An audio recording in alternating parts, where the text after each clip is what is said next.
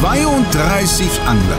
Yes! 16 K.O.-Tickets. Boom! 8 Battles. Ja! 6 Finalisten. Das gibt's doch nicht. 3 Zielfische und ein Pokal.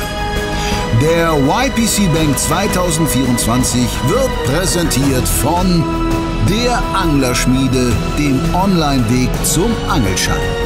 Hearty Rice, feel the difference. Und Lure Drop, jeden Monat Weihnachten. Hallo liebe Zuschauer und herzlich willkommen zu Folge 9 des YPC Bank 2024. Wir haben mittlerweile alle Gruppen einmal gesehen, aber jetzt geht es stracks auf die Entscheidung zu, welche 16 Angler die erste Turnierhürde nehmen und in die 1-gegen-1 Duelle einziehen. In Gruppe A liegt Florian Hassenflug von Stroft vor dem zweiten Wettkampftag auf der Pole Position. Allerdings dicht gefolgt von Yosuri Youngster Sami Mohib und dem amtierenden Titelträger von Nace, Dustin Schöne.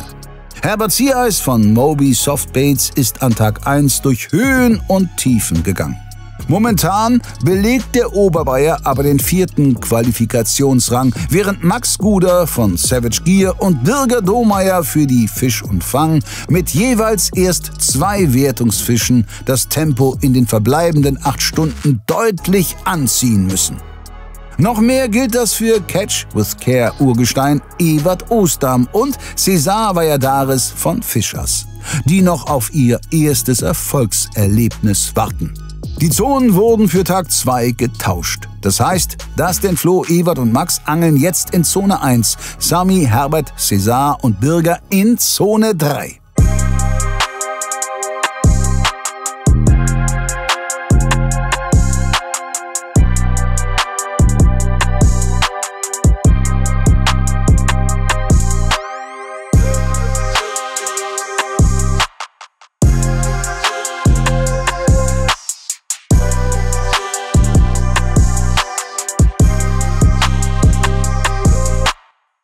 So, herzlich willkommen zurück zum YPC Bank. Für mich bricht jetzt Tag 2 an. Wie ihr ja mitverfolgt habt, habe ich ein bisschen was aufzuholen. Der erste Tag war für mich so ein bisschen in den Sand gesetzt. Das darf man sich in der Gruppe normalerweise überhaupt nicht erlauben. Habe ich mir erlaubt. Das macht es jetzt 3-mal so schwer, um noch irgendwo wieder Fuß zu fassen. Aber ich habe eine Zone, die mir eigentlich ganz gut liegt. Also ich kann heute am Niederrhein angeln und ich gehe davon aus, dass die Zander eigentlich ganz gut beißen sollten. Das heißt, mein Plan ist ganz einfach. Ich fange jetzt erstmal ein paar Zander, auch nicht ein, sondern ein paar mehr, wenn es geht. Und dann kümmere ich mich um den Hecht danach. Ja, einfach. Ein Barsch lasse ich erstmal außen vor, habe ich einen und ist im Moment hier auch super schwierig. Deswegen, ja, all in für Zander, wenn es geht, große. So, guten Morgen, es ist wieder soweit. So, ich weiß jetzt die Ergebnisse von den anderen Jungs, die haben ja ganz ordentlich gut gefangen. Und daraufhin habe ich mich heute entschlossen, ich kann das eigentlich nur mit Hecht gut machen. Ich werde heute den ganzen Tag ausschließlich nur auf Hecht angeln. Und natürlich brauche ich große Hechte, so wie immer. Und schauen wir mal, was dabei rüberkommt. Wir haben vier verschiedene Plätze oder Polder, die wo wir befischen. Und jetzt geht es gleich los. Herzlich willkommen zum letzten Tag der Vorrunde. Für mich gilt es heute unbedingt, den Barsch zu fangen. 2 Stück, weil ich habe einen ganz kleinen und ein Various Fish würde ich gerne mit dem Barsch upgraden. Das heißt, den ganzen Tag auf Barsch, um hoffentlich 4 schöne Barsche zu fangen. Wenn das nicht klappt, habe ich noch ein bisschen was anderes in petto. Aber wir gehen jetzt mal zum Wasser. Da erkläre ich euch, wie ich das machen will. Viel Spaß mit der Folge und bis gleich am Wasser. The first day for me was completely crap, but today you see the conditions are absolutely different, and we are focusing on pike fishing now, getting the big pikes, and I have my secret weapons, swim baits. So we're starting right now with this lake, and first of all I would like to thank Ewert from Catch with Care for lending me this net. He has big expectation on me. Hopefully I can fill this net with a big pike. not only one. And I hope for you at home that you get some really good action from me. So we're starting almost right now. Hello guys, welcome back. New day, new chances. The first day, well, you saw it was not that great, but it ain't over until the fat lady sings, and it ain't over until the last cast. Today I'm really excited to at least get a full card. We're gonna do urban fishing, that means really on the streets.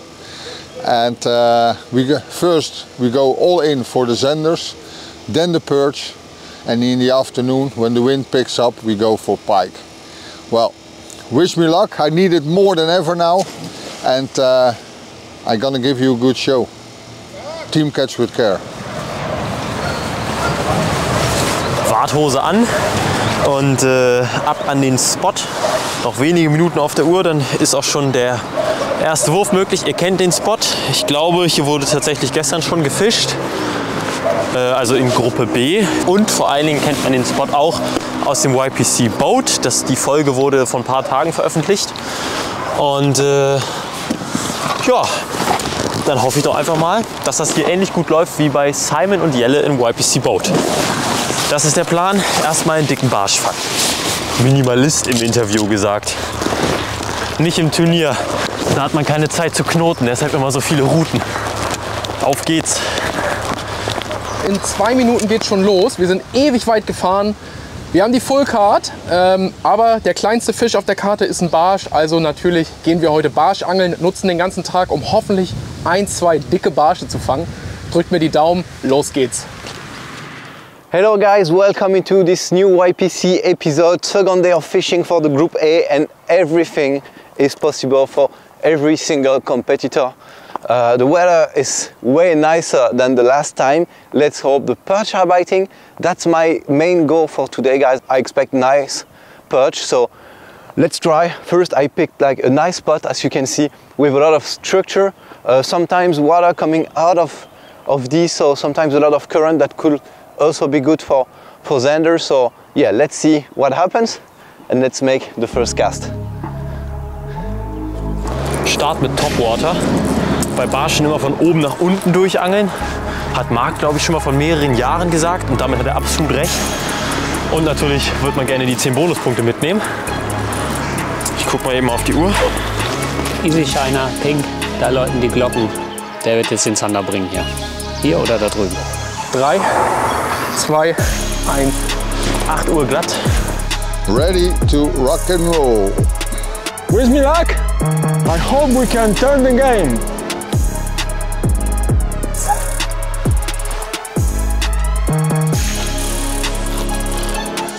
Okay, first cast, second day, roll out. Jetzt angelt man wieder so blöd aufgeregt mit so zittrigen Händen. Das ist überhaupt nicht gut. Ah.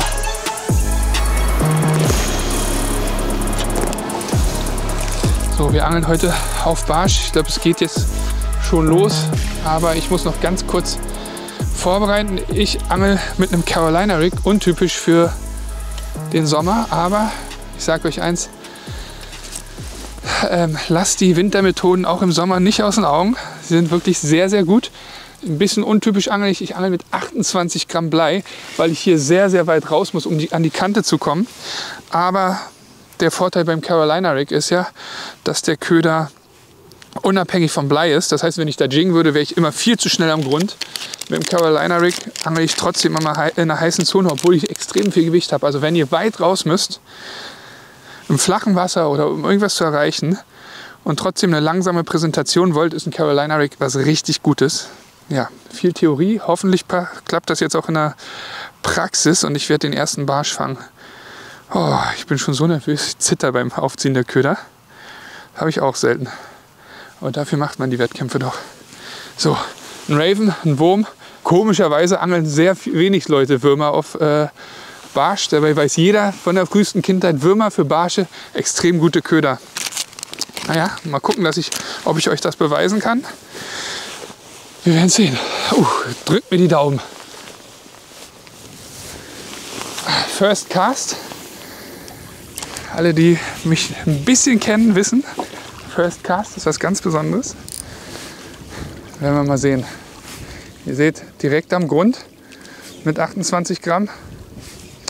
Deswegen ganz wichtig, Carolina Rig zu fischen. Uppa.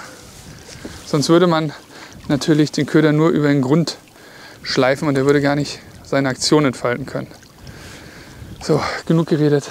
Jetzt hoffe ich auf den ersten Barsch. Ich habe eine 90 Gramm Angel, eine 16er geflochtene Schnur und ein bisschen Stückel 35er Fluorcarbon und dann am Schluss der 80er Fluorcarbon.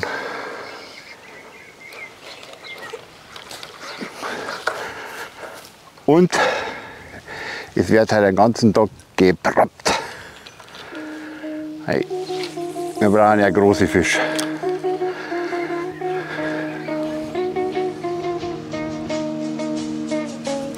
Ja, Fisch.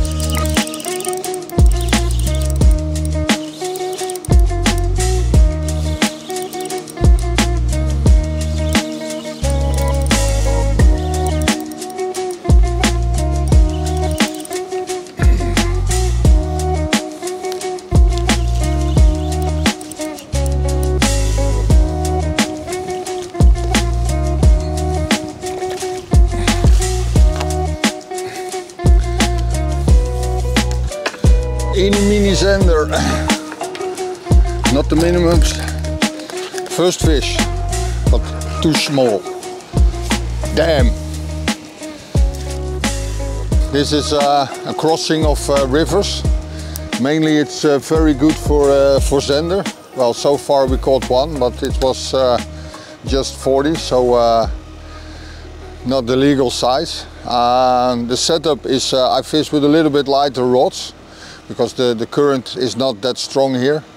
I fish with 15 grams owner jig heads and the Chartreuse piglet shed. And I fish with the BFT Instinct rods for this occasion. It's the 7-9. It's a longer rod because you need to have longer rods fishing from the shore, and this rod will do perfectly. Well, normally it's really good in these conditions and areas like this. Well, we already caught one, so yeah, let's hope more to come. Ihr seht ja, ich stehe jetzt hier an der sogenannten Gleitseite der Buhne. Also der Strom kommt von hinten, läuft hier an der Buhne vorbei und dreht hier rum. Eigentlich kann man beide Seiten beangeln in einem Fluss, die auch, aber meistens die hier ist tiefer, die ist flacher. Speziell am Niederrhein habe ich die Erfahrung gemacht, dass diese Seite die bessere ist hier. Also das Wasser drückt jetzt hier an der Buhne vorbei wieder in die Richtung und dadurch entstehen hier diese ganzen Verwirbelungen. Und an der Kante stehen Fische gern dran, wie gesagt auch auf der Rückseite. Und als besonderer Tipp für spätabends, wenn die aktiver werden, hier ganz vorne, seht ihr es auch schön, wo es hier einmal so lang läuft, genau hier vorne drin. Das ist so euer Platz für spätabends oder im Dunkeln. Da stellen die Zander sich dann rein. Da kann man dann aber nicht mehr Gummifisch angeln, weil das ist, der geht ja die Steinschüttung unter Wasser noch weiter und dann reißt man nur ab. Also da muss man schon mal mit dem Wobbler angeln. Aber dafür ist es jetzt natürlich ein bisschen zu sonnig. Aber ihr habt ja gesehen, ich probiere es trotzdem immer mal. Also den Rest des Wurfes kurbel ich den Köder nicht ganz schnell raus, sondern drehe den so ganz langsam die Steinkante hoch. Weil bei der Trübung können die auch noch mal in den Steinen drin stehen, die Zander. Gar nicht unbedingt da hinten tief am Boden. Wahrscheinlich nicht vor den Füßen, aber so auf halber Strecke die Steine runter. Und dann macht das durchaus Sinn, den Köder langsam zurückzukurbeln, weil dabei beißen auch immer wieder Fische. Also die sollte man natürlich nicht auslassen.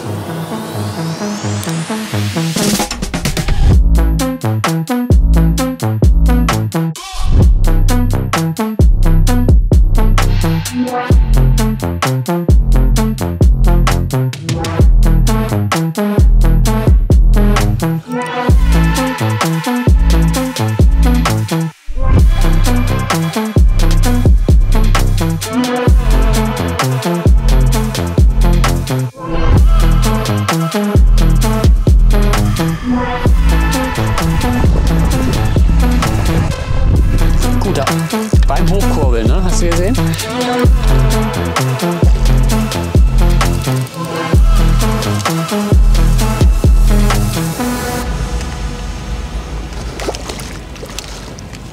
Netz sortieren hier. Jo, gut. Also wie eben gesagt, ja, der hat jetzt nicht beim Jiggen gebissen, sondern beim Leiern. Der stand auf halber Höhe zwischen Grund und Ufer an der Steinschüttung dran. Nicht auslassen, ne? Das ist wichtig. Schöner Zander. Der hat schon mal so 60. Können wir brauchen. Hier. Hoppa. Ich habe jetzt also ganz leicht den Kopf geangelt. Dann könnt ihr den auch richtig schön sich reinpusten. Mit 5 Gramm die Kante hochgeleiert. Boah, der hat sich den da so richtig reingedreht. So, was haben wir da? 66, ne? 66er Zander als ersten Fisch heute. Ich muss sagen, damit kann ich leben. Mehr als leben.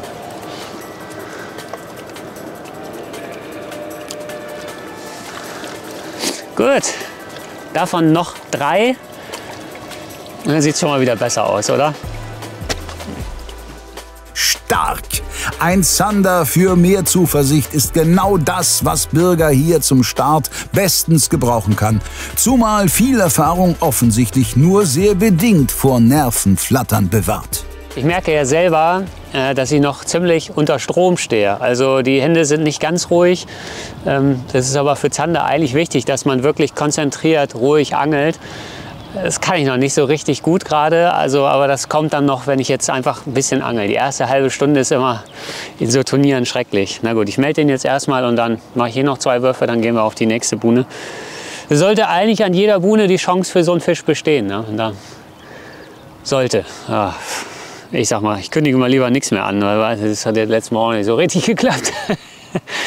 Bei dem trüben Wasser habe ich jetzt natürlich unsere Sonderfarbe ran gemacht, den Easy Shiner von Keitech in der Fisch und Fang Spezialfarbe. Dieses Pink, das ist also ein UV-aktives Orange drin. Das können Zander gut sehen. Also Orange- und Grüntöne können sie ja besonders gut sehen. In dem Fall ist es der Orangeton, den Sie sehen können, gemischt mit Blau. Deswegen wird es so leicht pink. Aber er ist UV-aktiv bei der trüben Brühe hier und ein bisschen größer, 5 Inch.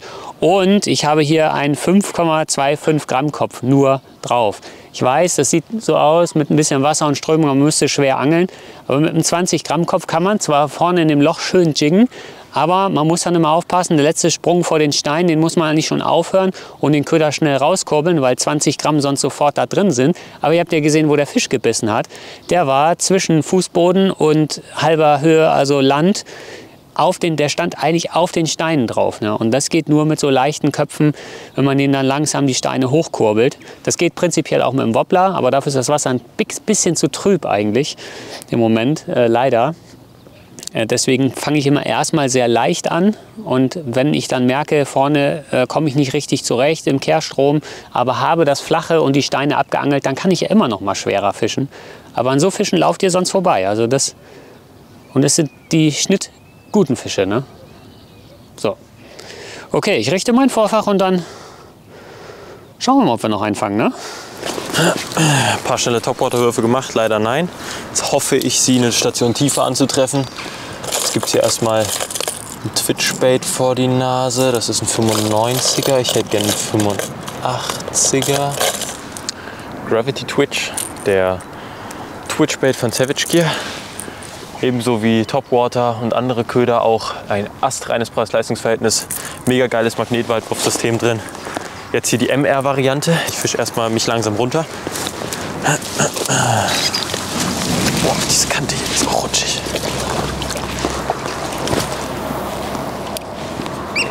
So, jetzt soll uns mal ein bisschen mit Dropshot passieren.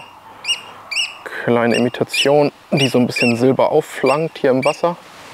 Jetzt sollen wir mal gucken, ob wir den einen oder anderen Barsch hier verhaften können. Manchmal braucht man nur einen Biss und wenn das dann ein großer ist, das reicht ja schon hier. Hoffen wir mal, dass dieser eine Biss heute noch kommt. Der Druck ist auf jeden Fall, wie es immer ist beim YPC da. Wir haben zwar eine Full Card, Sami hat auch eine Full Card, Dustin ist kurz vor einer Full Card mit echt großen Fischen. Das heißt, wir müssen uns heute schon was einfallen lassen, um unseren ersten Platz weiter zu verteidigen. Ja, ich bin sehr gespannt. Aber ich bin mir sicher, bei dem Wetter heute, es hat sich ein bisschen stabilisiert jetzt nachdem wir am Montag ja diesen starken Wind und Regen und Kälteeinbruch hatten, haben wir alle nicht so gut gefangen. Gehe ich jetzt mal davon aus, dass heute ein paar richtig, richtig starke Fische kommen werden. Und ja, hoffentlich auch bei uns.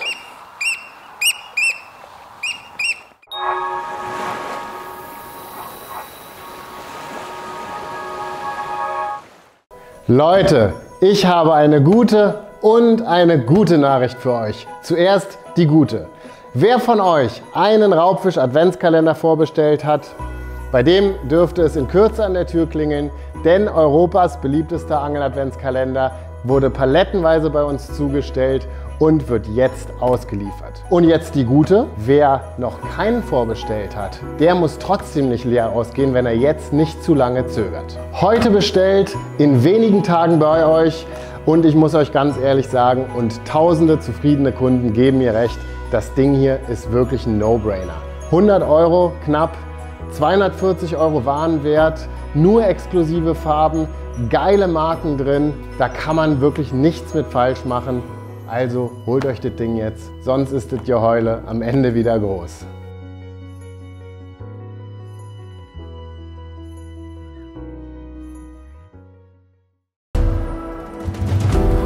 Hey Jungs und Mädels, wie ihr seht, bin ich klamottentechnisch komplett auf Adventa umgestiegen. Echt geile Klamotte, muss ich sagen. Von dem Stoff hätte ich sogar bei 30 Grad die lange Hose anziehen.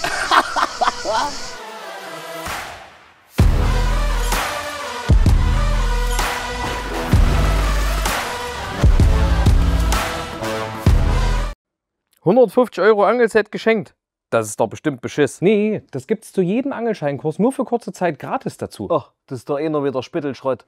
Guck mal, alleine die La Mystique von LMAB kostet 90 € im Laden. Oh, da ist doch keine Rolle dabei. Klar, guck hier, von Abu. Mit geflochtener Schnur sogar. Nee. Doch. Aber die teuren Köder musst du dir noch kaufen, oder? Nee. Oh. Köder und Zubehör sind auch dabei. Mach keinen Scheiß. Das klingt wirklich gut. Also, auf geht's. Angelset sichern, Kurs auf anglerschmiede.de buchen und dann ab ans Wasser mit dir. It's maybe a bit murky here. Maybe that's why they don't bite now. Or maybe they were active with the water moving. I don't know. But the fish is there. It's nothing. If it's not biting, we move quite fast to another spot on the canal where the water will stay more clear. No fish. Ah! So, jetzt hatte ich den ersten Biss. Hab leider verknallt. Gut, das passiert, aber es ist ein gutes Zeichen, dass sie schon mal aktiv sind, die Biester. Gucken wir mal, ob da noch einer kommt. Ich werde noch nicht nervös. Knapp eine halbe Stunde geangelt, aber bin kurz davor, nervös zu werden. Und das ist auch immer das größte Problem beim Wettkampf. Man wird nervös und wirft dann seine Taktik über den Haufen. Das versuche ich heute zu vermeiden. Eilige Taktikwechsel sind das denn vor 2 Jahren zum Verhängnis geworden. Mal sehen, ob er sich heute an seine Direktiven hält. Wie läuft's derweil bei Herberts Hechtpolderei? Das ist jetzt eh noch nicht das, wo ich gefangen habe. Also ich habe da ja schon gefangen. Einen gefangen und einen Biss gehabt. Und das war über 80. Aber eigentlich fischt da keiner. Weil wer will denn da fischen? Da war ein Biss. Hast du ihn gesehen? Jetzt habe ich ihn. Okay.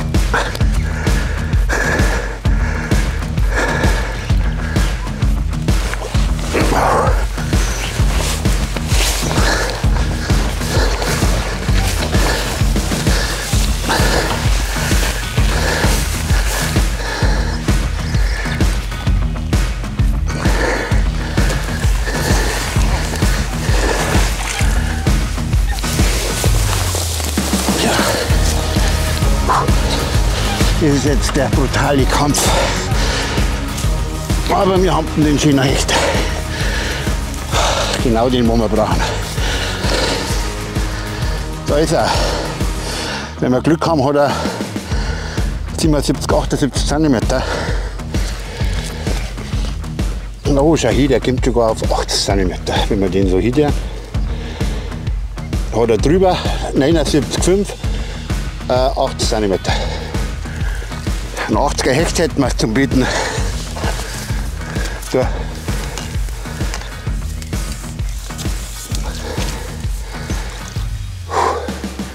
Da ist die Schnur jetzt noch drin. Ja.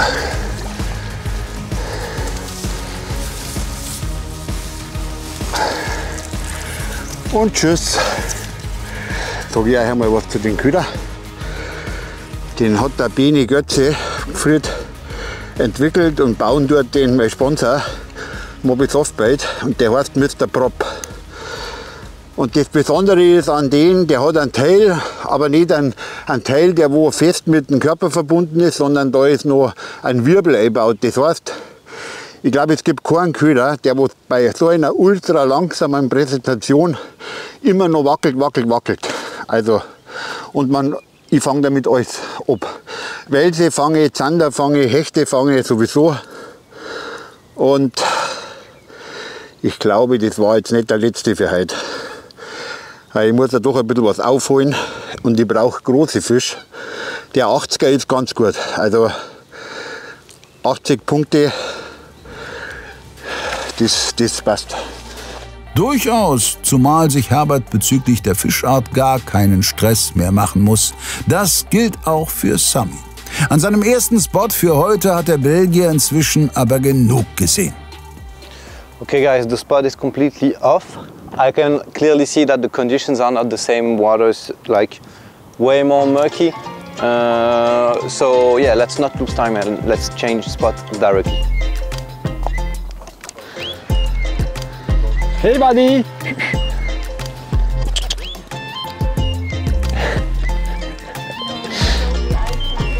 Yeah. Ah, the ball! Get the fish! So the dog wanted to have some fun on the water. Who am I to tell him nobody I'm fishing? That's fun. I have another casting spot here, so it's enough space for the dog and for me. Die Gelassenheit in der Situation muss man César hoch anrechnen. Ein weiterer natürlicher Feind des Uferanglers neben Hundehaltern, Bootsbesitzer. Jetzt muss der da mit dem Boot hinfahren, ne? So, auch nicht so weit hingehen. Ist jetzt sehr unvorteilhaft, dass ein Bootsangler alle Buhnen abklappert, an denen ich gleich angeln möchte. Weil normalerweise beißen die Fische immer relativ schnell, wenn man an so eine Buhne kommt. Da steht ein scharfer Zander oder zwei, die kriegt man dann. Und jetzt ist er wirklich genau immer eine Buhne voraus und angelt die alle ab. Das ist natürlich ein gutes Recht, aber ist halt für mich jetzt nicht so ideal, ne? Ja, aber da muss ich jetzt durch. Mal gucken. Vielleicht hat er ja was liegen lassen.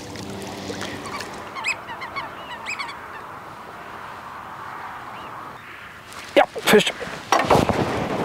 Barsch. Ein ganz kleiner. So. Oh. Können den kurz messen, ob das ein 1 cm Improvement ist, aber ich glaube es nicht.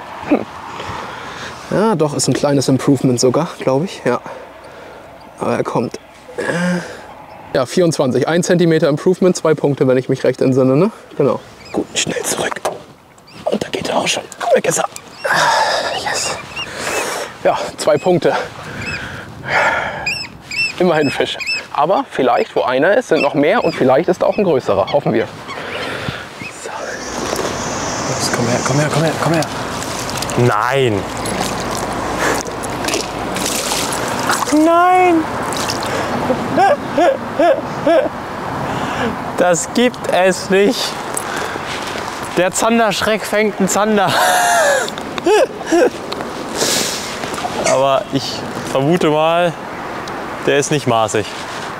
Der wird so 38 cm oder sowas haben. In der Größe hätte ich den Barsch lieber gehabt. Tschüssi, mein Süßer. Zander. Nein. Das ist der zweite Zander in meinem Leben auf Jigspinner. Soll vorkommen. Ewald macht ebenfalls Bekanntschaft mit weiterem Zander-Nachwuchs.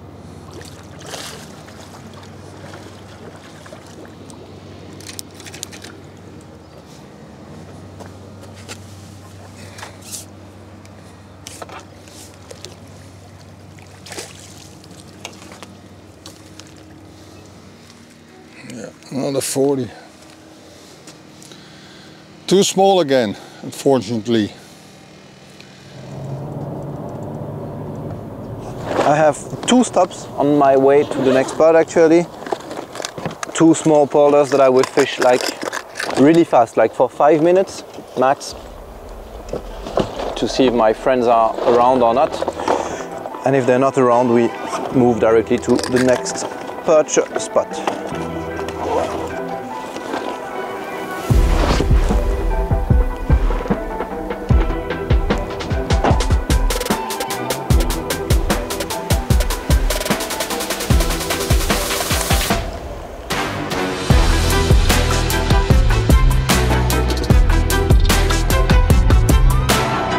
Verloren.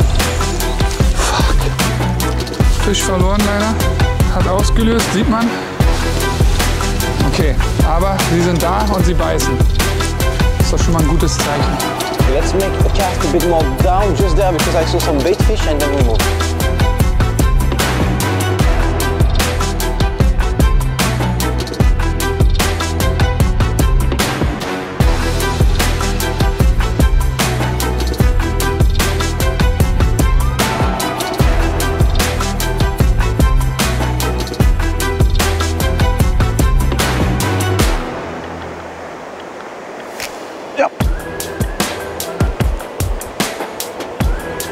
Have it. Strong pike.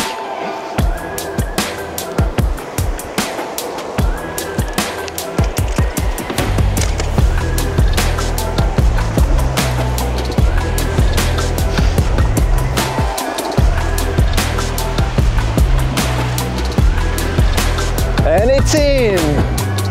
Whew. What a nice pike, guys, to start the day. Let's check how long it is. I have the half, so 92. Ho, ho, ho. 92 centimeter pike. Oh, he will move. He will move. Oh, oh, oh. It's a strong one, guys. It's really a strong pike. Woo! I'm super happy. That's the goal for today. Not a lot of fish, but good fish. Okay, let's release him. Okay, man. Thank you for this moment. And get back. Yeah, perfect. Was die Frequenz betrifft, hatte Sami beim YPC noch nie Probleme. In dieser Staffel stimmen auch die Größen. Der Youngster zieht an Flo vorbei. Übrigens dank des gleichen Köders, der auch für den ähnlich großen Hecht an Tag 1 verantwortlich war. Like yesterday, I stick to something that worked quite well. The white twister. That was the thing to do. I'm so happy. Let's try to catch the second one. Der erste Spotwechsel steht für mich an. Kurze Strecke, um an eine Stelle zu fahren, wo ich Hechte und Barsche gefangen habe, also beides. Das wird dann jetzt schönes Krautgeangle, was mir eigentlich richtig Spaß macht, weil es meist coole Angelei ist, harte Bisse, Frequenz und halt eben auch Hechte und Barsche bringt. Und ich muss ja eh noch meine Karte füllen. Das würde ich wahrscheinlich am liebsten mit großen Barschen oder halt mit vernünftigen Hechten machen. Daher ist das hier der Plan. Und das ist für mich, glaube ich, ein sichereres Ding als die Stelle hier. Ich habe so lange drüber nachgedacht, ob ich das hier mache oder nicht. Naja, egal, weiter geht's. Also mein Plan an den Spot ist maximal 2 Stunden, maximal. Und dann fahren wir wohin, da fahren wir eine halbe Stunde. Und da fischen wir aber dann auch, wie es läuft. Wenn ich nach einer halben Stunde kein Biss nicht kommt, dann fahren wir sofort wieder weiter. Also gut, bei dem Polder weiß ich habe trainiert da drinnen, ich habe einen Fisch gefangen, also einen 85er nur einen Biss gehabt. Und das war auch ungefähr in 2 Stunden. Und darum habe ich mir gedacht, naja, die gleiche Zeit gebe ich mir nochmal. Aber es schaut gut aus. Also die Bisse sind erst gekommen, wie ich weiter unten war, da wo wir jetzt vorhin gefischt haben. Da habe ich auch noch nicht intensiv gefischt, bloß einmal geschaut. Also ich erwarte mir jetzt auf alle Fälle noch die nächste Stunde, dass da schon noch einer kommt.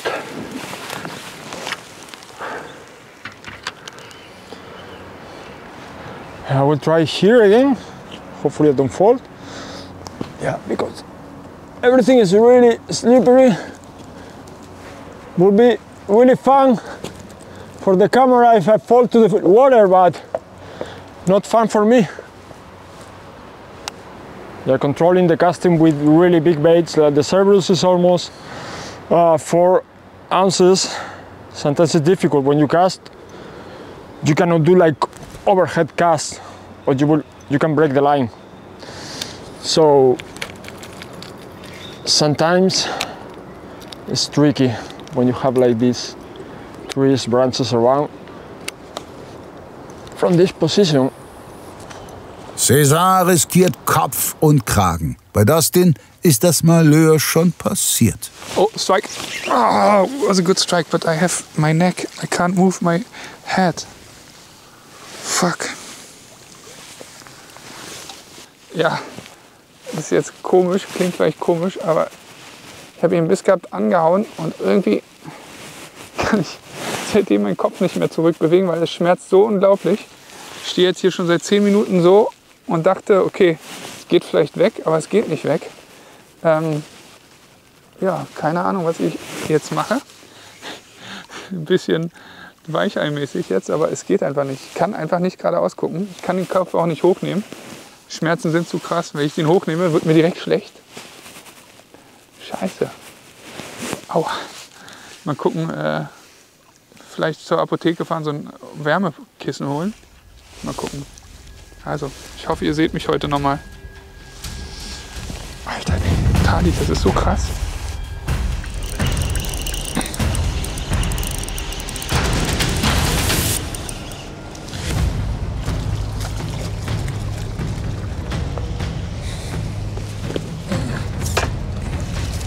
Perch.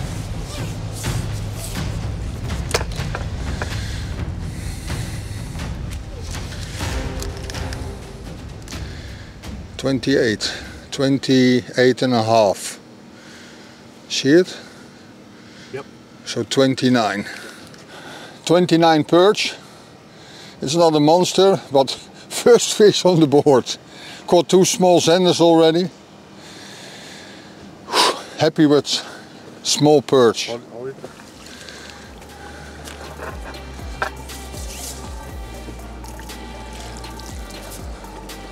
Leichtes Aufatmen bei Evert. Max ist inzwischen am neuen Spot, der Hecht und Barsch liefern soll. Und jetzt kommen wir an einen Spot, der durchaus schwierig wird mit der Kamera, aber wir kriegen das hin. Also ich würde sagen, hier kannst du noch gut filmen. Ich werde mich jetzt hier ein paar Meterchen reinstellen. Nein, ich mache hier erstmal einen Wurf vom Ufer. Letztes Mal kam nämlich ein 90er Hecht genau da. So, die Spannung steigt.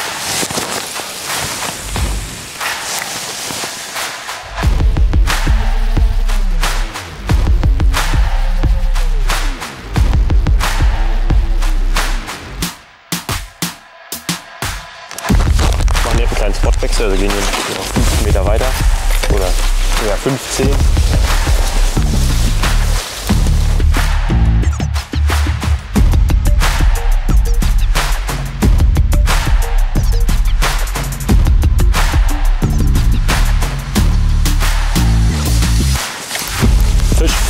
Fisch. Ja, da ist er. Da ist er. Nein, nein. Da ist er wieder. Unfassbar, was geht hier ab? Nein.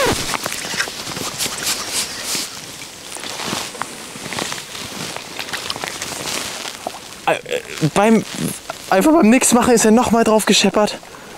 Und wieder ausgestiegen. Oh nein! Der kommt nicht normal. Also so aggro muss ein Hecht auch erstmal sein. Der hing richtig ab beim meinem verzweifelten Liegen lassen. Boff, nochmal drauf. Ich habe angehauen, dann ist er super schnell abgewesen. Und ich denke, der ist wirklich einfach gar nicht noch weiter. Ich habe es ja gesagt, das war hier im Training, als ich ohne Haken gefischt habe, auch die sind teilweise mehrfach gekommen auf den Köder. Da war dann kein Haken dran, aber da ist er, da ist er, da ist er.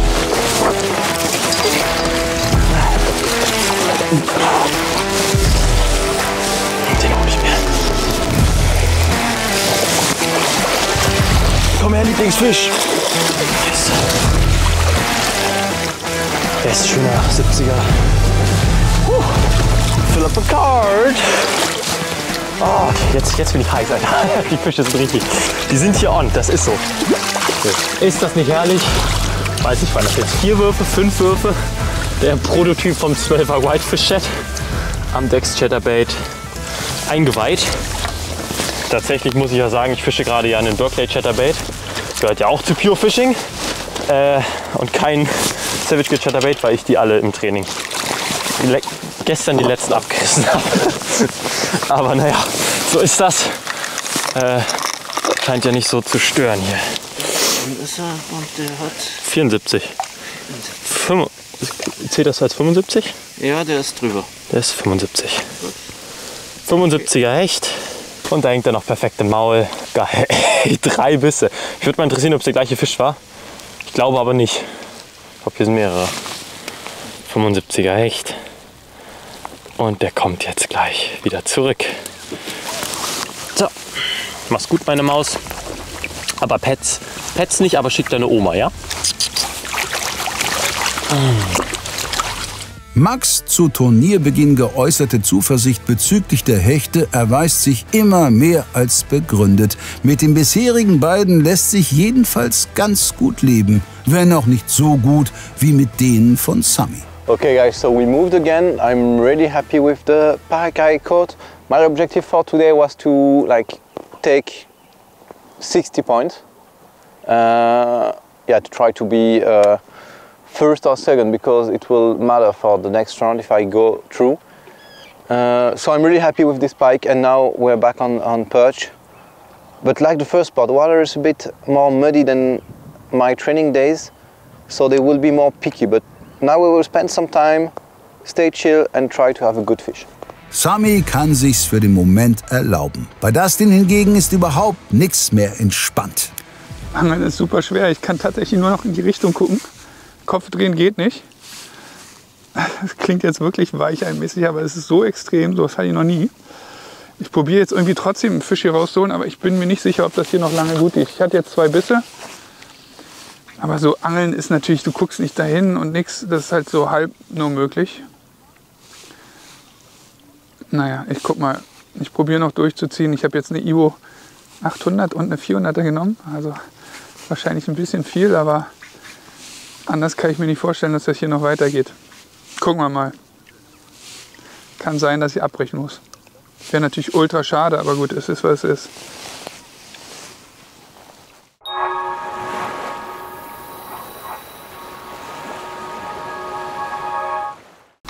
Was ist das denn schon wieder?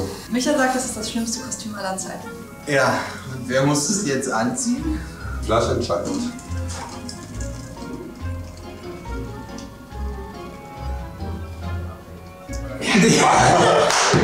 Ich hab keinen Bock auf den Scheiß, immer ich, immer ich.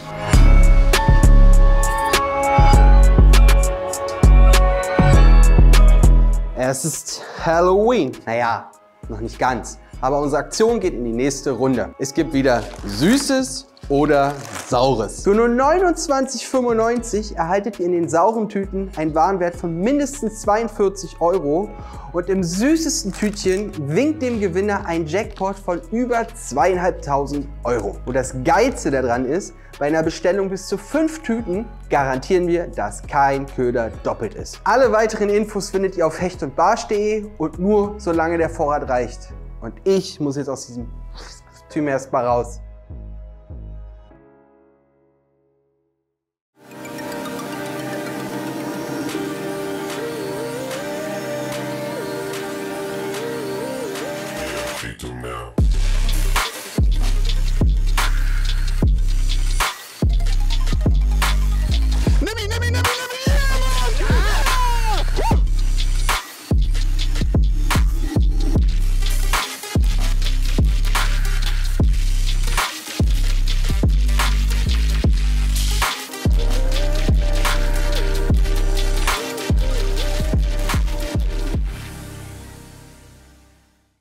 Wir feiern Monkey Lures Week bei hechtundbarsch.de und das bedeutet, es gibt wieder richtig fette Preise. Ihr müsst einfach meine Marken Monkey Lures oder Big L shoppen und für jeweils 50 € landet ihr mit einem Los im Lostopf. Der Hauptpreis ist ein Angel- und Drehtag mit mir auf meinem Boot. Du bist mein Gast und kannst mir sagen, welchen dicken Fisch du gerne fangen willst. Der zweite Preis ist ein Zanderpaket. Du bekommst meine Traum-Zanderrute plus die passenden Köder und Haken. Der dritte Preis ist eine Barschrute plus die passenden Köder und Haken. Viel Erfolg und ich freue mich auf den Angeltag mit dir.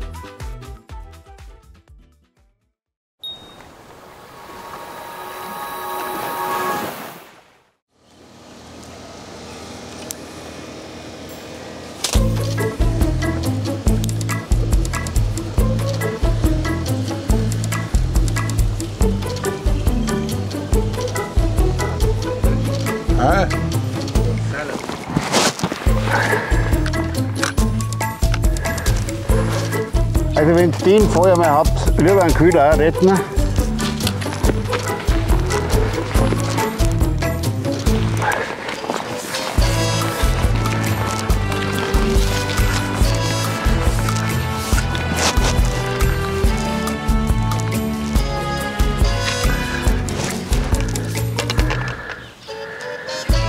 Da holt man natürlich das gute Stück, weil der muss halt noch ran.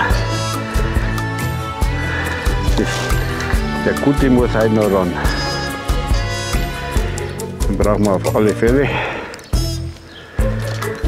So, und jetzt hackeln wir den aus. Und zum Salabim.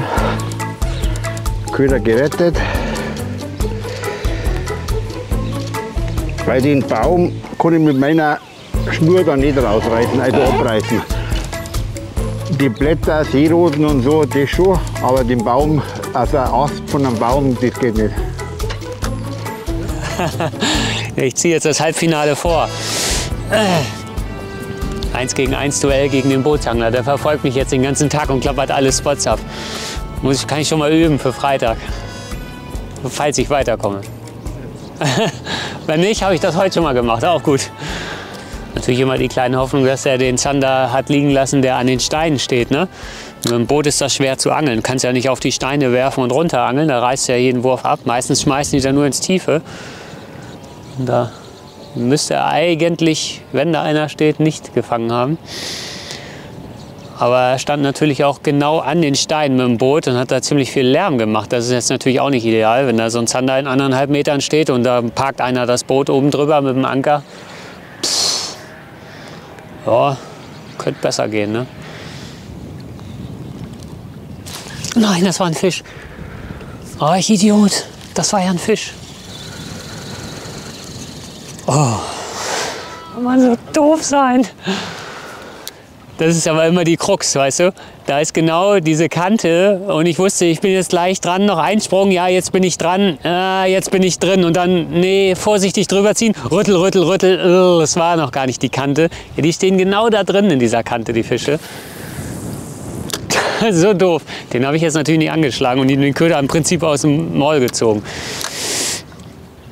Ja, das ist aber auch wirklich sich nur so dran gehängt. Ah, fuck, ey. Ah. Ey, so kann man doch nicht angeln. Wie soll das gehen? Oh.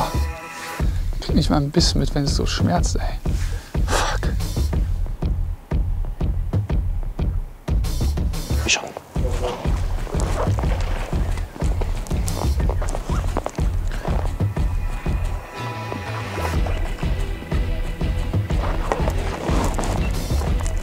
Yeah, not so big, but still, a fish is a fish.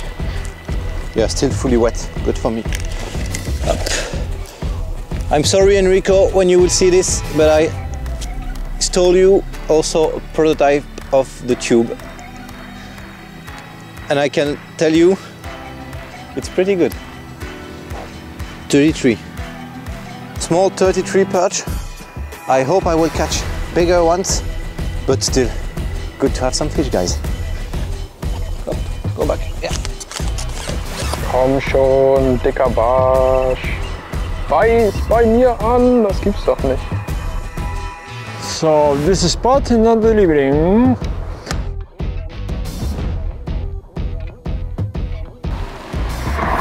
Ja, Fisch, der ist gut. Das ist ein großer.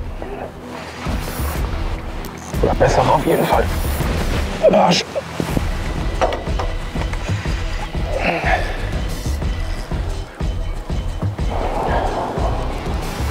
Das ist ein großer Barsch.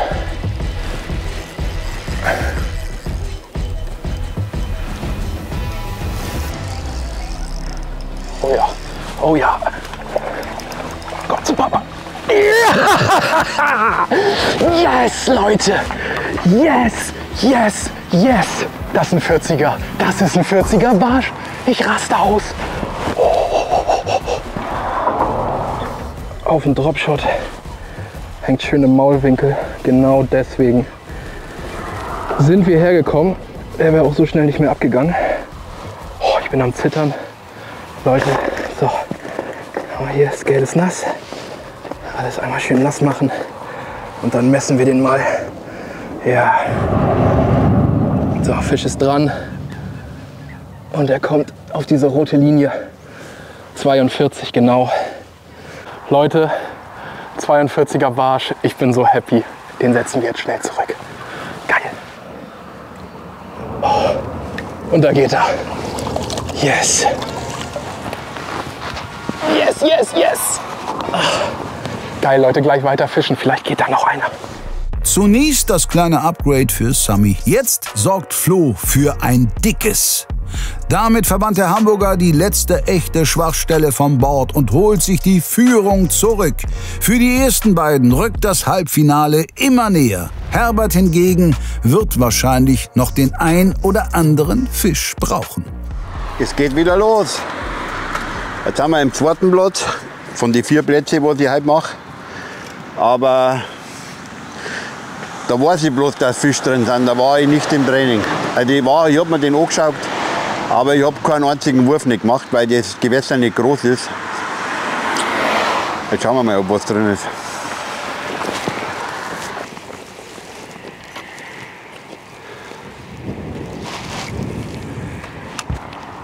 Okay, people, so now it's running gun game. We keep casting during this spot and we'll see. But this casting moving, looking for the active pikes. Should be. The water is changing. It's time to rock. Let's go for this beauty, guys. Now I'll try to trigger some perch with a 3D Rex crank. A mid-runner, it's enough for this place. A really nice color. Let's see if it works. They move, man. There's some nice 50s here.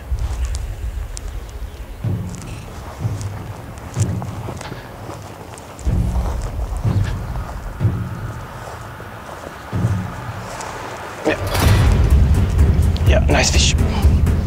That's a nice fish. If it's a perch, that's a good improvement. Oh, I lost it. That was a big one.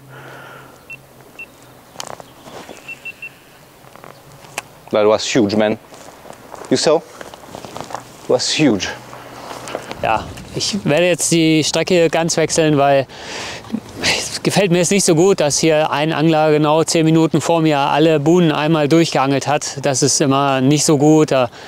Meistens beißen die Fische sofort, wenn man da steht. Und ja, deswegen wechsle ich jetzt einfach mal in der Hoffnung, woanders frisches Wasser zu finden.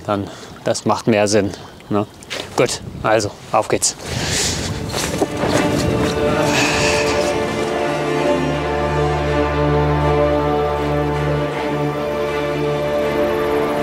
Nein, nein, nein, nein, nein. richtig guter Biss. Nein, nein, nein, nein, nein. Ah, das war ein großer.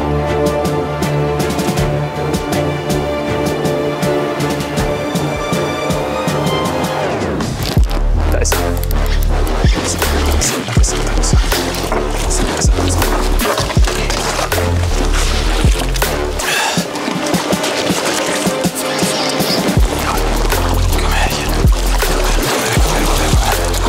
Komm einfach nur her.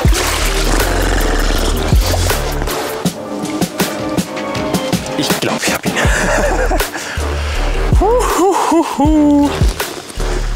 Da ist er. Spritzerhecht.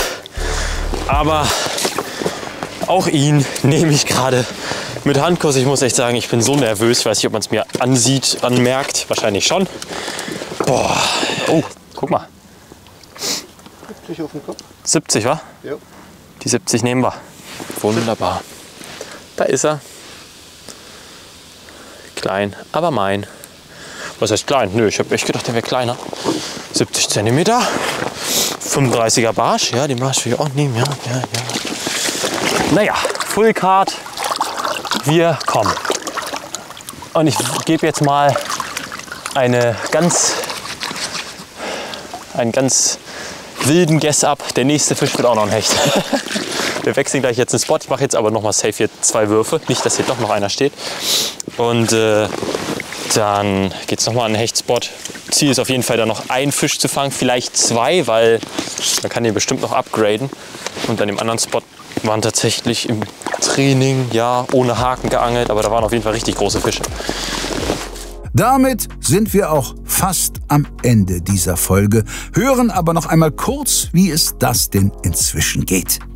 Ja, wir versuchen jetzt gerade hier einen Doktor zu finden, der mir irgendeine Spritze oder so gibt, weil so ist das Angeln eigentlich nicht mehr möglich. Wenn wir jetzt niemanden finden, muss ich das, glaube ich, leider abbrechen. Es tut mir leid. Mich ärgert es, glaube ich, am meisten, aber es geht einfach nicht. Zumindest ist man mehr konzentriert darauf, den Schmerz zu vermeiden, als zu angeln, und das ist irgendwie kein Angeln. Also, sorry. Also wir werden uns melden, falls es einen Doktor gibt, falls wir den finden, und wenn nicht, sehen wir uns leider erst im nächsten Jahr wieder. Das klingt wahrlich nicht gut. Dustins Schicksal hängt jetzt also vor allem von der medizinischen Versorgung in unserem geliebten Nachbarland ab. Momentan wäre der amtierende Champion nicht zwangsläufig ausgeschieden, wenn er den Tag verletzungsbedingt abbrechen müsste. Allerdings könnten Herbert und Max mit jeweils nur einem Fisch vorbeiziehen. Für Flo und Sami deutet vor dem letzten Viertel vieles auf Halbfinale hin. Birger hingegen wurde nach vielversprechendem Auftakt vom Pech in Person eines unverschämten Bootsanglers verfolgt. Der Koblenzer hat aber noch alle Chancen. Bei Ewert und César hat es hingegen den Anschein, als könne zeitnah die weiße Fahne gehisst werden. Allerdings, wir haben schon vergleichbar späte Comebacks gesehen, und für den Fall, dass der große Favorit dieser Gruppe tatsächlich aufgeben muss, wäre plötzlich ja ein derzeit belegter Qualifikationsplatz wieder vakant. Zum jetzigen Zeitpunkt ist das aber alles reine Spekulation. Was tatsächlich passiert, erfahrt ihr schon am Sonntag um 18 Uhr, wenn in Gruppe A die Entscheidung fällt. Vielen Dank fürs Zusehen und ciao!